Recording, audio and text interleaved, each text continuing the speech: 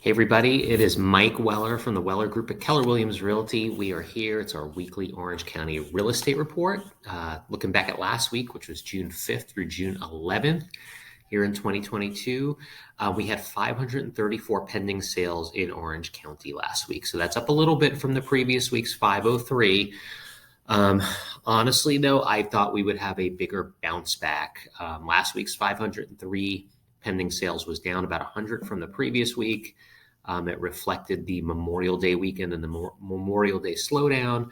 I was expecting a bigger bounce back than just another 31 pending sales last week. So I really thought we'd be back up above 600.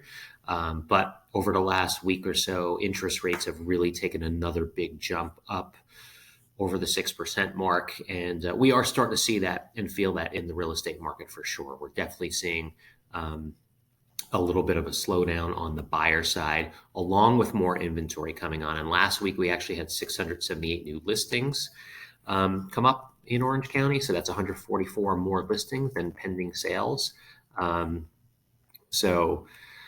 We have been seeing more listings and pending sales here pretty much week in, week out for the last couple of months or so, building back up the listing inventory in Orange County. And we are back up above the 3,000 number, which is a healthy amount of inventory. It's still a little bit on the lower side from what we'd normally see this time of year. But we're back to a healthier number where a few months back in the winter, we had very low inventory. So the inventory's back.